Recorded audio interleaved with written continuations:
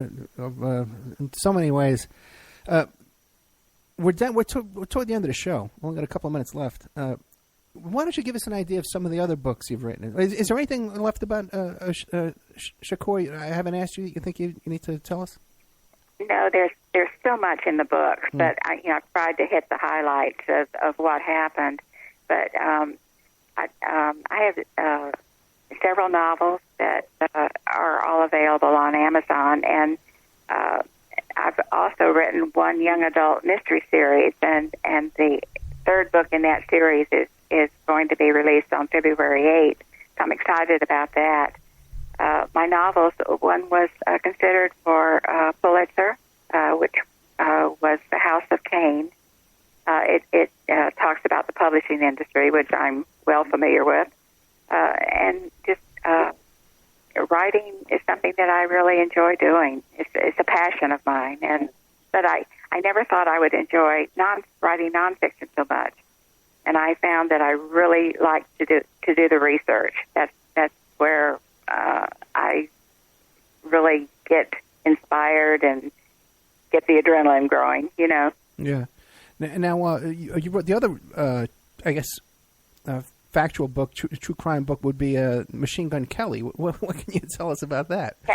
Right, Catherine Kelly. Yeah. Well, no one had ever written about this woman, and it turns out she was his wife, but she was also the brains behind him. He was just a blob and walked around with a machine gun, showing off. But she was the one that planned all of the bank robberies and the kidnappings, and another fascinating story about a strong woman gone, taking a different path.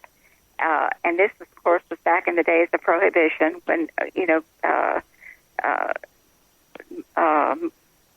Ma Barker and the Dillons, and all of those people. Yeah, Bonnie and Clyde, right?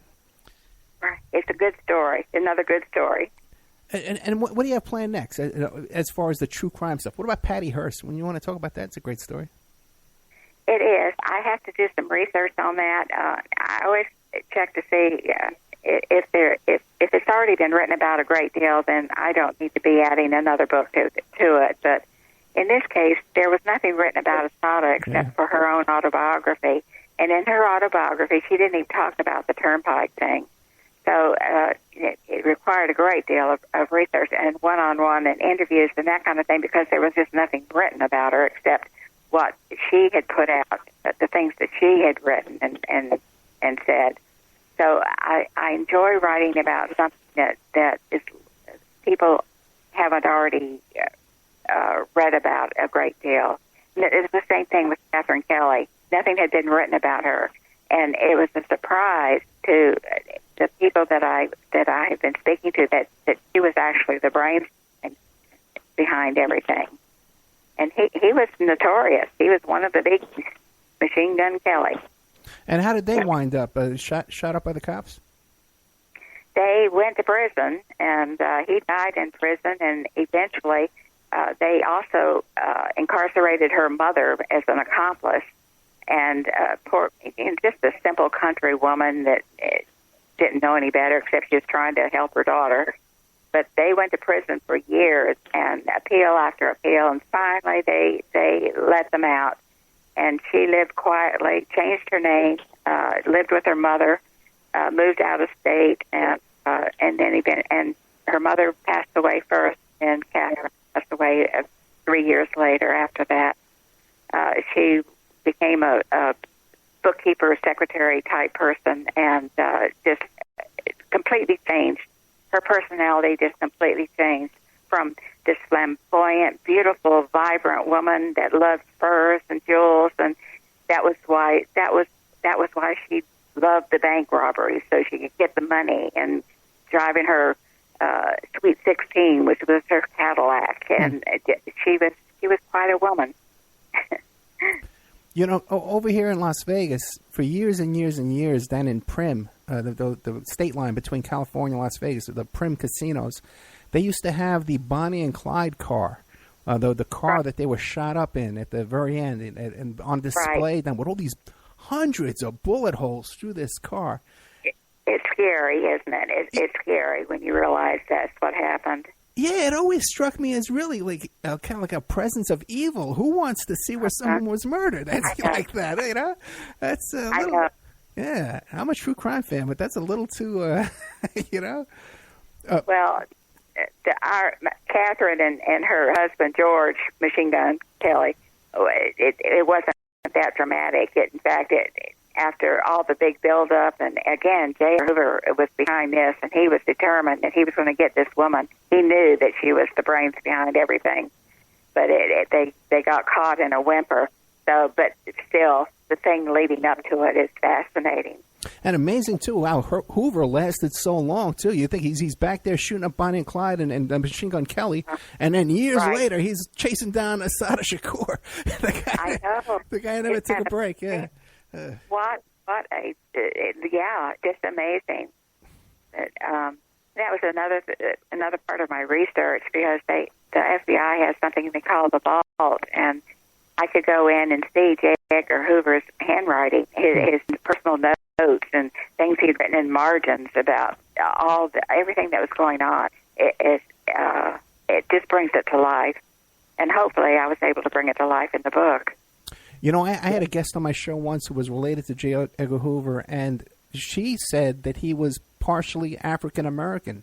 And there are photographs of him where he looks like a black man. And we spoke to, you got to listen to it. It's a whole, I got to go back and listen to that show again. I've read that. I've read that also.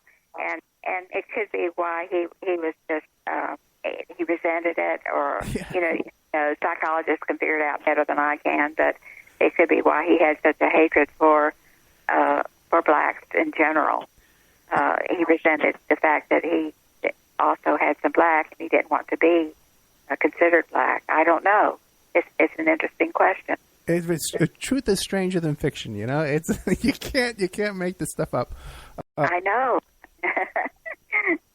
Barbara Casey, thank you so much for coming on the show. BarbaraCaseyAgency.com. The book we talked about today was Assata Shakur, a 20th century escaped slave. We also talked a little bit about Catherine Kelly, the mall behind Machine Gun Kelly. And you can check out all these books at BarbaraCaseyAgency.com. Barbara Casey, thank you so much. Next book, give me a call. Which right on I've really enjoyed it. I've really enjoyed it. Thank you so much. So did I. Good night. Okay, well, there you had Barbara Casey Agency. The book is Assata Shakur, a 20th century escaped slave. Like I was mentioning before, I got an event coming up here in Vegas. Where is this? I had it right in front of me. Where is this? There we go. On February 5th, it's a Monday, and I'm going to be speaking about the McMartin Preschool, that guest that I had on the show. I'm going to do a whole PowerPoint. I'm going to put a lot of work into this. Even though I'm not getting paid. I think it's a free event, too. You can come down and see me for free. It annoys me. We're going to be talking about McMartin Preschool and the new evidence we uncovered here with the guy with the ground-penetrating radar who went there, one of the first guys that went down there, who found the hand-dug room underneath the garage there on the property there at McMartin Preschool. This is after they raised the property. After the trial. So they did find an underground room that was hand dug, with a staircase that was hand dug.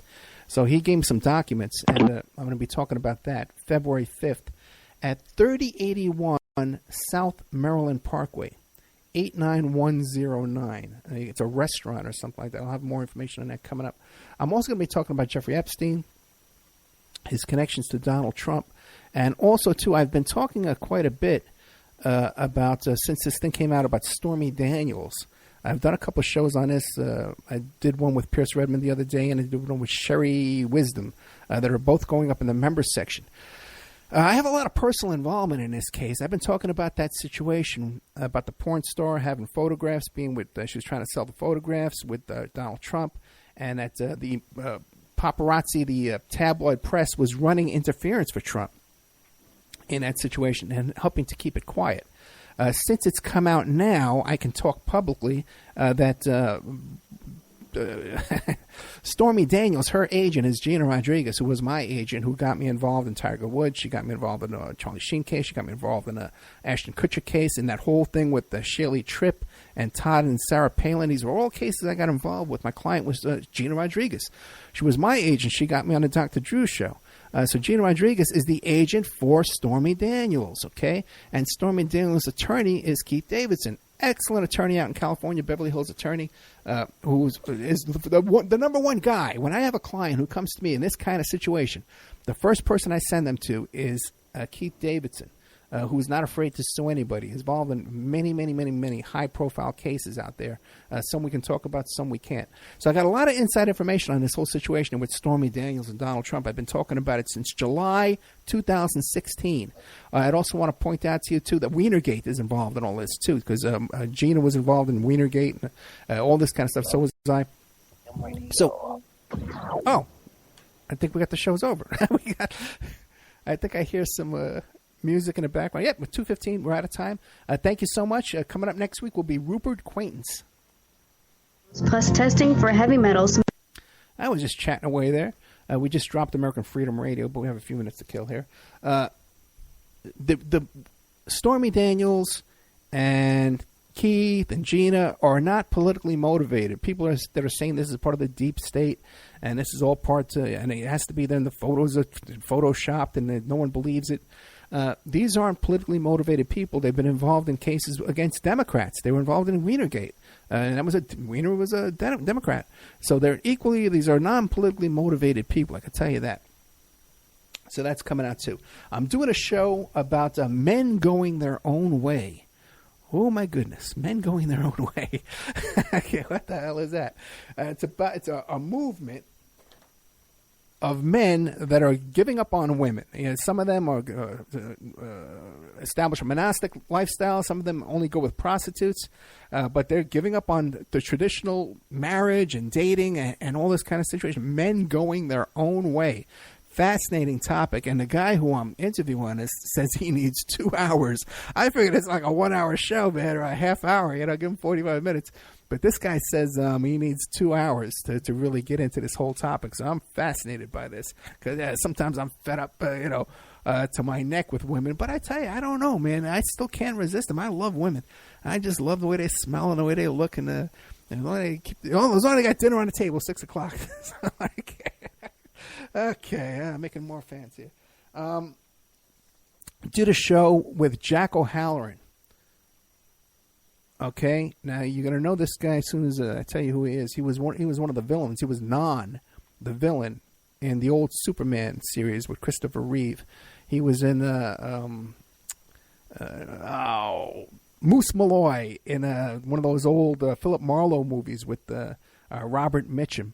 He was Emil Muzz in the Dragnet movie there with Tom Hanks and Dan Aykroyd. Okay, and he says he's the son of Albert Anastasia, and he also says he has he was a prize fighter. He was a championship boxer. He fought what's his name there? George Foreman, and Ron Lyle and Ken Norton. So real interesting stuff. He claims he knows a lot of people too. Hey, listen to him. He makes a lot of claims about his involvement with the JFK assassination. And so I'll just leave it up to your discretion if you listen to his story. I asked him some questions. I don't know. So we'll see what we come up there with. Jack O'Halloran. It's in the can. It's going to be playing on Friday night, 5 p.m. Pacific Standard Time. What else is going on? I only got a couple of minutes, but I'm going to be talking. I do a show Friday nights from 7 p.m. to 8 p.m. It's a 1 hour monologue. And this week, I'm going to be talking about those FBI text messages that we're missing. Now, people may not know this, but I'm a digital forensic investigator, so I know all about this kind of stuff and how messages can turn up and not be able to be recovered and be recovered later on. So I'm going to be talking about that. If you enjoy this show, check out OppermanReport.com. We have a member section. Great content in there. I have hours and hours. Just went up there. I did 2 shows that are in there. People interviewed me that I put up there for the member section about the whole Stormy Daniels, Donald Trump connection. We just did a show about the smiley face killers. If you contact me at oppermanreport@gmail.com, I'll give you a discount. So contact me directly. Email me directly. I'll give you a little PayPal invoice. I'll give you a discount to get in the members section. Otherwise, just go to oppermanreport.com and pay the normal prices there and check that out. If you want to advertise on this show, contact me at oppermanreport@gmail.com. I'll give you a great advertising rate. It's so cheap you wouldn't believe it. You reach a huge audience that's really, really